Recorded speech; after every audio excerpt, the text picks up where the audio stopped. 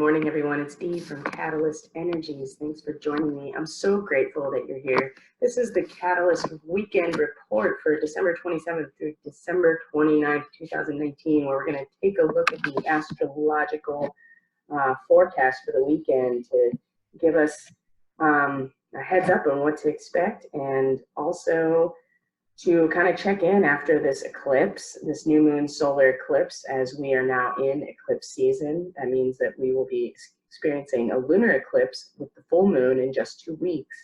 And right after that is the monumental Saturn and Pluto conjunction in Capricorn, followed by Uranus and Taurus moving direct. And Uranus will be in Taurus then for the next 6 years. So getting an idea of what to expect when it comes to revolutionary change and quick, abrupt, lightning bolt type of activations around physical reality, our resources, the planet, our bodies, all of that stuff.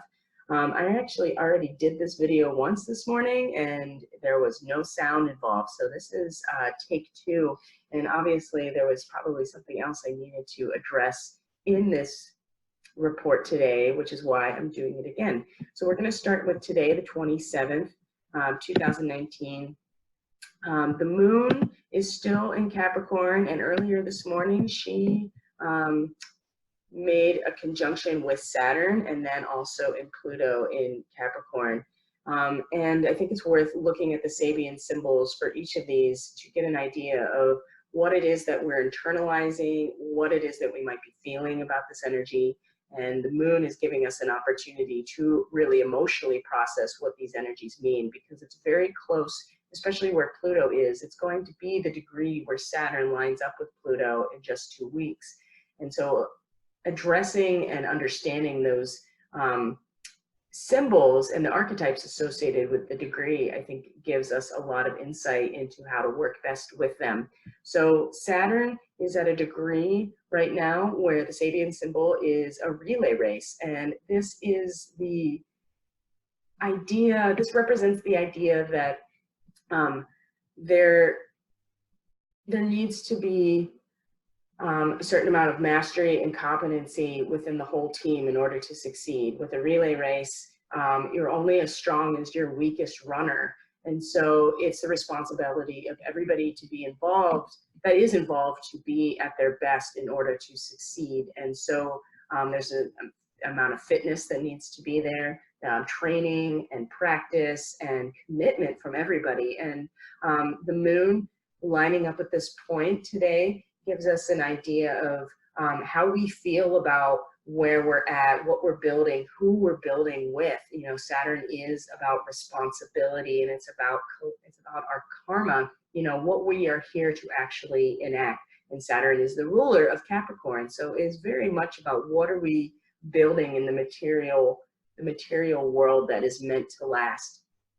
And so if we're with the right team and everybody's on board and committed, this could feel very grounded. This could feel very, we could feel very secure in what we're building for the long term.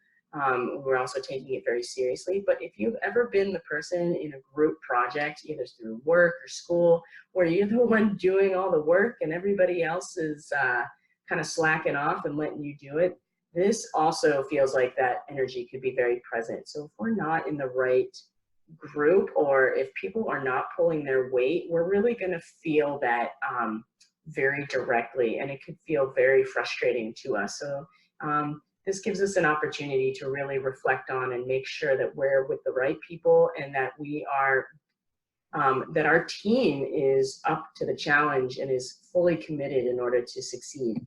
Now, right after that, the moon then conjuncts with Pluto at 22 degrees and 14 minutes, rounding it up to 23 degrees for the Sabian symbol, which is accepting 2 awards for bravery.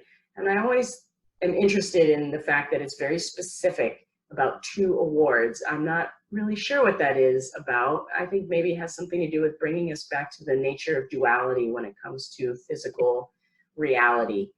We live in a universe that is based on the principles of duality and polarity. That is how things at an atomic level and a magnetic level function is with opposite charges and polarity. And so the two awards seem like it kind of brings us back to that idea that they're, you know, that we have to kind of master both aspects of the polarity to really create something.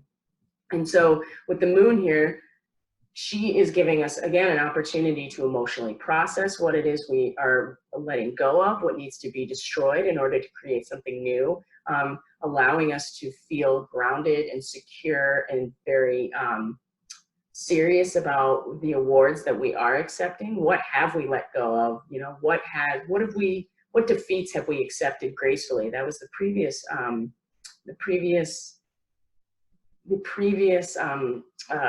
degree for the Sabian symbol for Pluto was a general accepting defeat gracefully. And so we are really internalizing what it is that we have let go of and deciding whether or not we want to accept those awards for that and realize that it was that we are brave and courageous, or we could be resisting it and we could feel like that we don't want, you know, that we really put ourselves out there and we were brave and courageous, but we may not really feel that great about accepting these awards depending on what we've let go and if we want to. So the moon is really internalizing that for us, giving us an idea of how to emotionally process those things.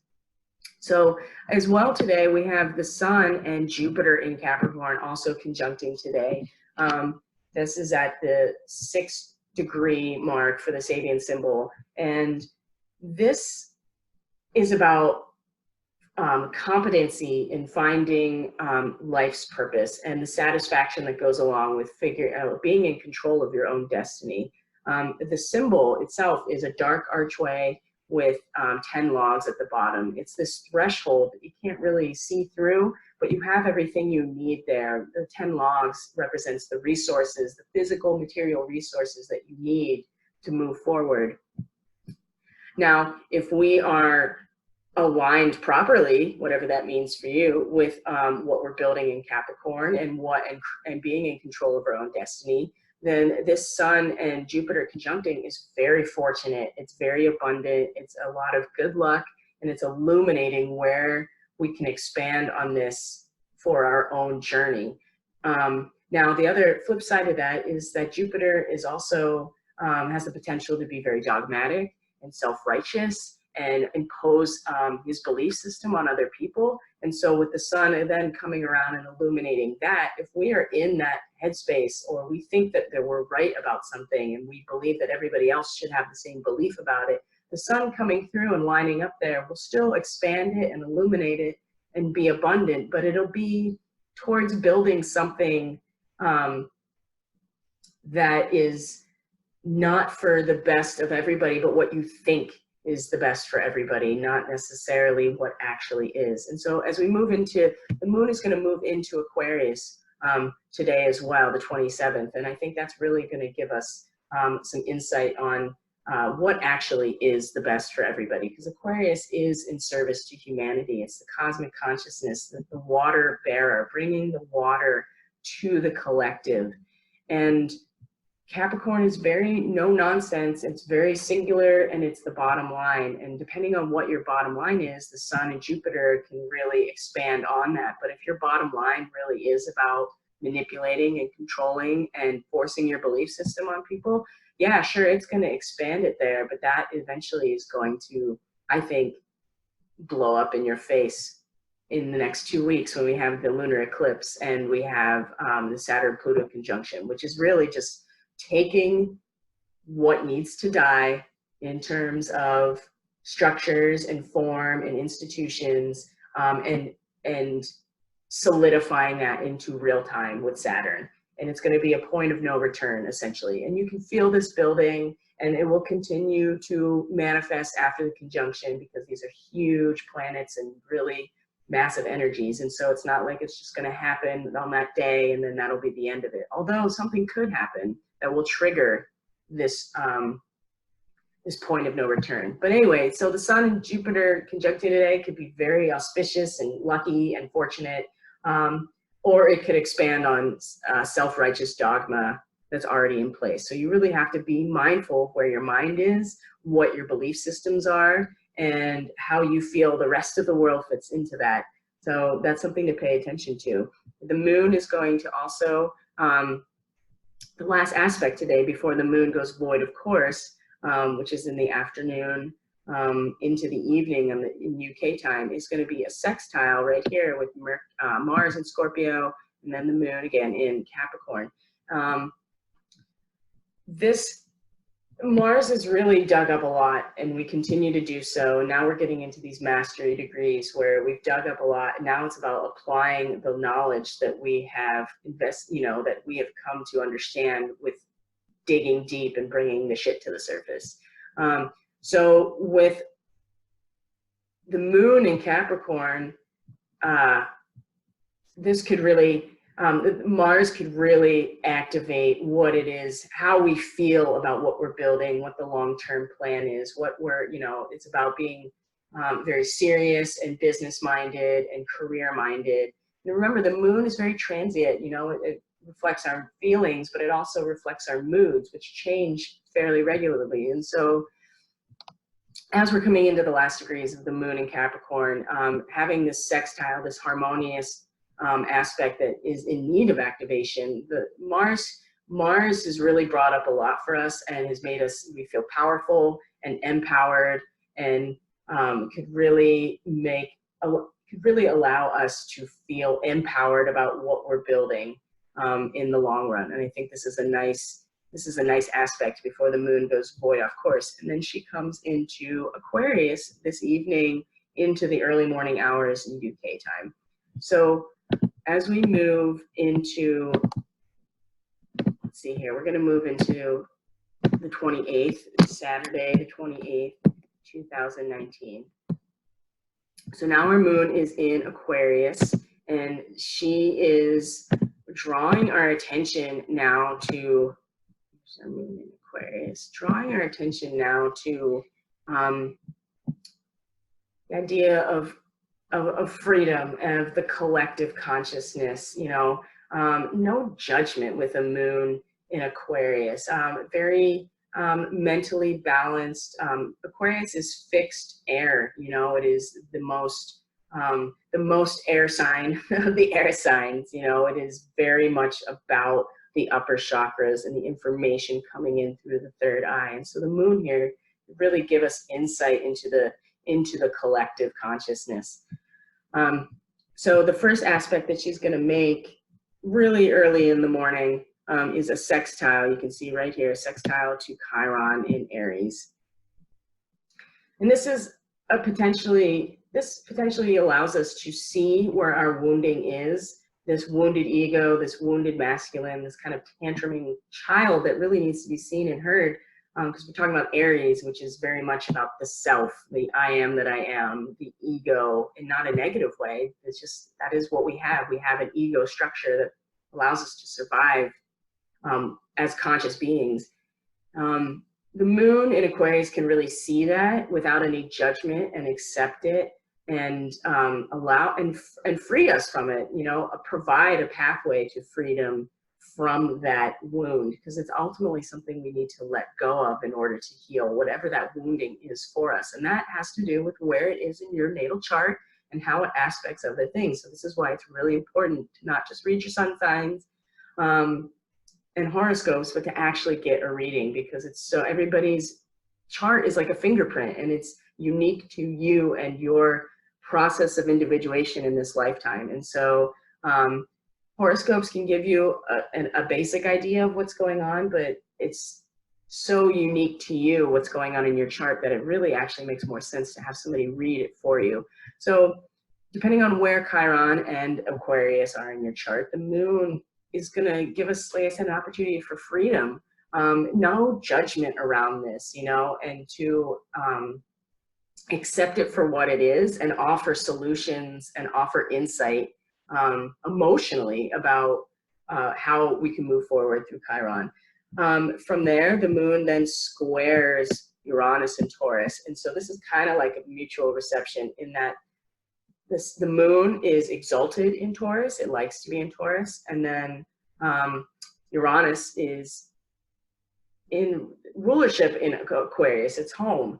And so we're not necessarily in Cancer. The moon is at home in Cancer. So it's not totally a mutual reception, but these energies are corresponding with each other. Uranus is in fall in Taurus. It is not at its full potential and energy in Taurus. Taurus is fixed earth. It's very dense. It's about material resources. And Uranus is the collective third eye. It is definitely the Aquarius energy of everything going up in the upper chakras, the aspect of cosmic consciousness, you know, the collective as an entity in itself and our role in it. And so I think the moon in Aquarius, though, is going to, again, it provide that non-judgmental, very pragmatic, but also seeing through very clearly what it is that Uranus and Taurus has been shaking up for us, depending on where it is in your chart. And so these are quick, revolutionary, enlightening changes into the physical earth, our bodies, our material resources, like the actual essence of reality, physical reality that is there, that we were born into. And Uranus has been retrograde, and I think that this has made the energy really palpable and very obvious, and also hasn't allowed us to really fully engage it yet. So when Uranus goes direct in 2 weeks, I think that'll really come online, and there might be some very significant changes, earth changes that happen, significant changes in the body. But if we're working with it already, it probably won't be a huge shock to us. And so the moon squaring here to on Saturday, it's like it's a tense aspect, but at the same time, the moon in Aquarius is going to allow us to see it a lot clearer, what this Uranus and Taurus is for us. It's going to and accept it without judgment, and to see it for what it is. And because this has been a hard transit, I believe, and isn't been very it's been hard to integrate it and to accept it. And the moon in Aquarius is going to allow us to accept it. There might be some struggle here, because the moon in Aquarius is definitely thinking about like a larger perspective, and Uranus and Taurus is definitely bringing us back into like physical reality and how difficult it is for changes to happen there. But the moon, I think this square is going to, this tension is going to really challenge us to see this for what it is, and to feel okay about it, to feel non-judgmental about it, and to see how it fits into the larger scheme of things. The moon is then going to quincunx over to the nodes. That's an inconjunct, a square peg and a round hole type of energy. And especially with the North Node in Cancer, you know, our collective destiny about mutual support and self-care and nurturing. And the moon in Aquarius, I mean, the moon is at home in Cancer. And so that definitely gives it some sort of like power. But Aquarius is, it's not that Aquarius is unfeeling, but Aquarius is love humanity, but really not like humans. And so Cancer is very much about liking humans and liking humanity, like nurturing humanity in and of itself. And so a moon in Aquarius is definitely way up in here, like thinking about the larger context. And so having it in conjunct with this North Node in Cancer could really provide a need for adjustment. We could definitely, with the moon in Aquarius, like start to be kind of cold seeming, you know, like I see the bigger picture. And so you're kind of aloof in some ways to how people actually feel. And that's not like where our collective destiny is. And so just being mindful of that on Saturday. And then the moon comes in and also conjuncts Venus, like right in the evening, which is just wonderful. Venus is the incarnate sacred feminine, divine feminine, and the moon is the energy of the divine feminine within us. And for them to line up in Aquarius is just so beautiful. It's like, you know, not only are we feeling the collective and our role in it, it's also manifesting in physical harmony and beauty and in our relationships. And it's just, we can really, really harness that on Saturday and see what relationships we want to be in, what relationships feel good, and what relationships stimulate that emotional need to feel like part of something bigger than just ourselves. At the end of Saturday, though, we have Mercury. So Mercury here is at the last degree Sagittarius. It will move into Capricorn in the evening or the early morning hours in the UK on Saturday. Now, this is going to be a big shift in energy. Mercury has moved from this expansive, big picture ideas, you know, the belief system, and is now moving into Capricorn, which is very sober, very practical thinking, very much getting down to brass tacks. There's no room for anything else other than a singular, like, this is what needs to get done. And these are where your thoughts are going to be. It's where the transmissions are going to come in. It's going to be very serious, and there's not going to be a lot of room for deviation mentally. You know, the flow of information is going to be very much around, okay, it's time to start building things, which could work out in your favor depending on what you're, you know, what it is you're trying to build.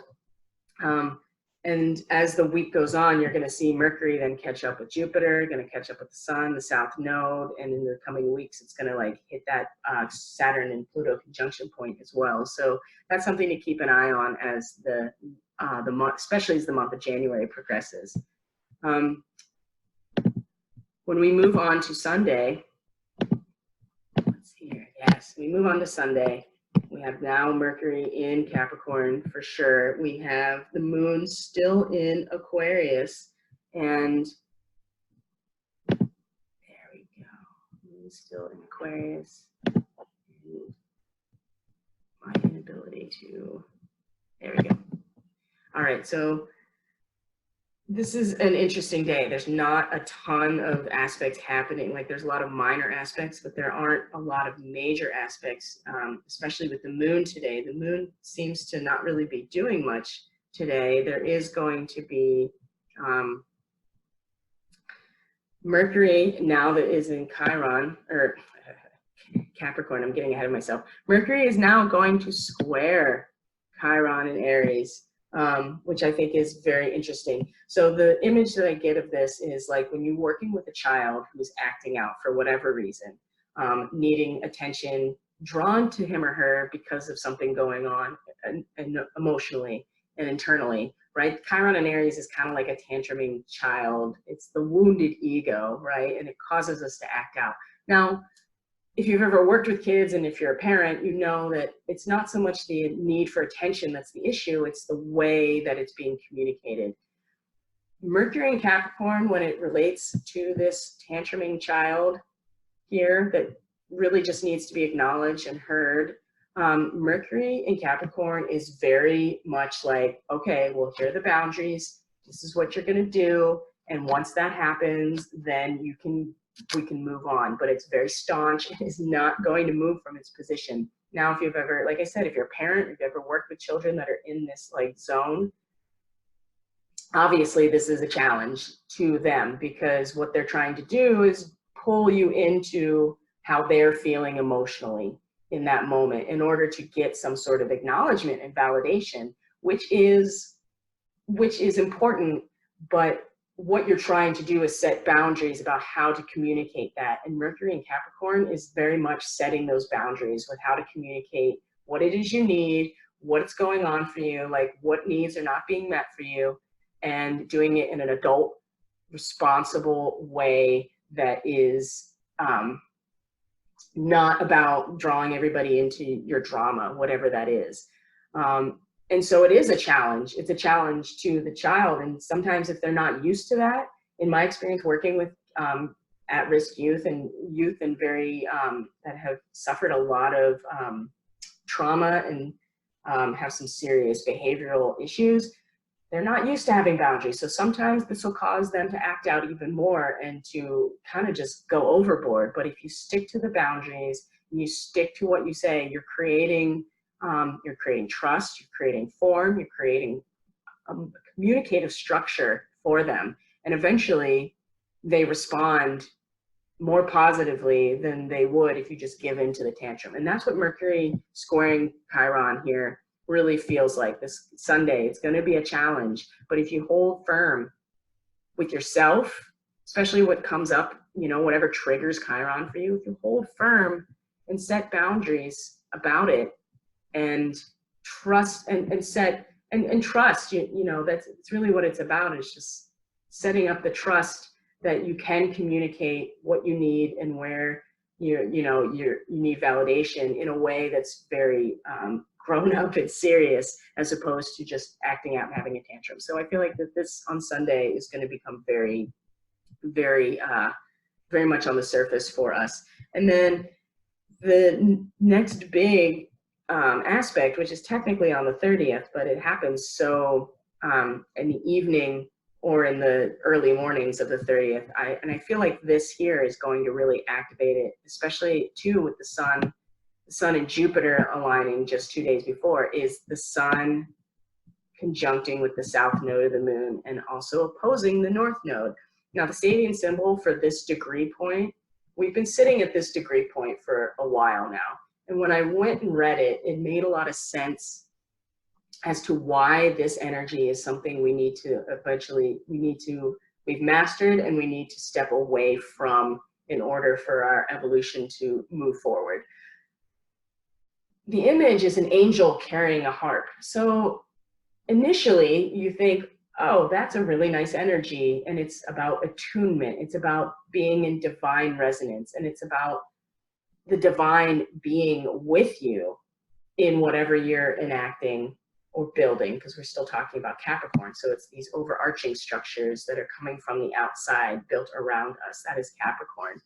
Now, the reason I feel like that it's important to understand this is because this it's about the fact that you push through to your bottom line no matter what, because you are in divine resonance. You are fulfilling a divine mission. The angels are on your side, and you're resonating with the frequency that they're putting off with their harp, right? The harp represents music, which is vibration and frequency.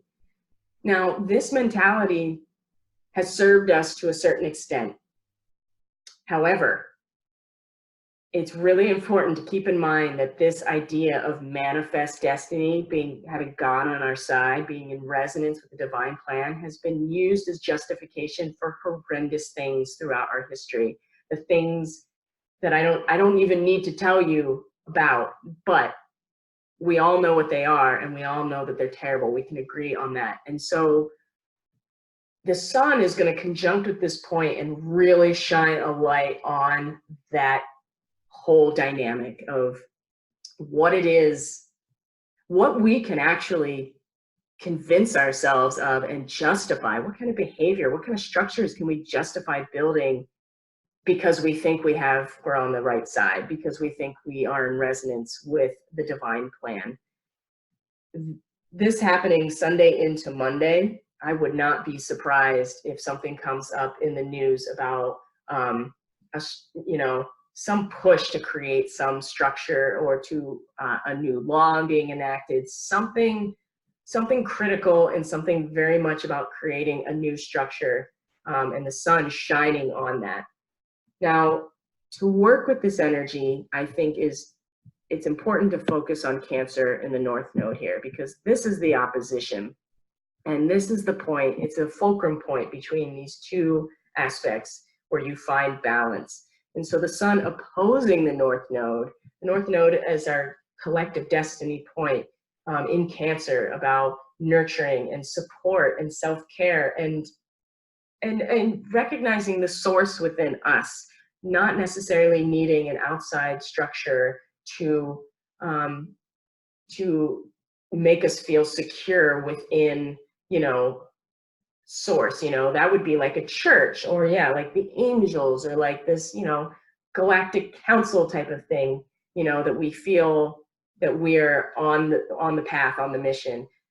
And then Cancer is about finding that source within us, being rooted so strongly that we can grow with source within us and recognizing it. And I think that the sun opposing this is providing a challenge to us to balance this out. Sun in Capricorn, about what we're building, being on a divine mission, versus how do we how do we feel that? How do we enact that within ourselves? How do we find the source within ourselves? How do we realize the, you know, the spiritual nature within ourselves and allow that to guide us as opposed to what it is that we're building as in terms of structures and institutions, even if they are religious or spiritually based. So finding the fulcrum point, this balance point, is going to be where we get our power, I think. And as the day moves on into Monday, the moon is going to go void, of course, at that point, and then move into Pisces, which is going to be beautiful. There's going to be a lot of inspiration, and there's going to be a lot of psychic connections, and we're going to get a lot of insights in our dreams, or we could really get lost in, you know, the illusion and delusion of everything, depending on what's going on. But the moon will make a lot of aspects to Mars, to Mercury, to Uranus, and then Mercury is going to trine Uranus that day as well. So a lot to pay attention to this weekend. I would say really tap into that Aquarius energy and remember that Mercury is coming into Capricorn over the weekend. And so our communication and our thoughts processes are going to get very serious, and to not lose sight of that Aquarius energy, because I really think that's going to pull us through a lot of the darkness that we may be experiencing. So, all right, I'm going to end this report now, just because this is the second time that I've done it, and I think I've prattled on long enough. So thank you for joining me. I'm so grateful that you're here, and please check out the description box below if you want to get any information about how to reach out, how to book readings. If you have any questions about anything, I'm very accessible at this time, and I will see you on the next video. Please take care of yourselves and each other.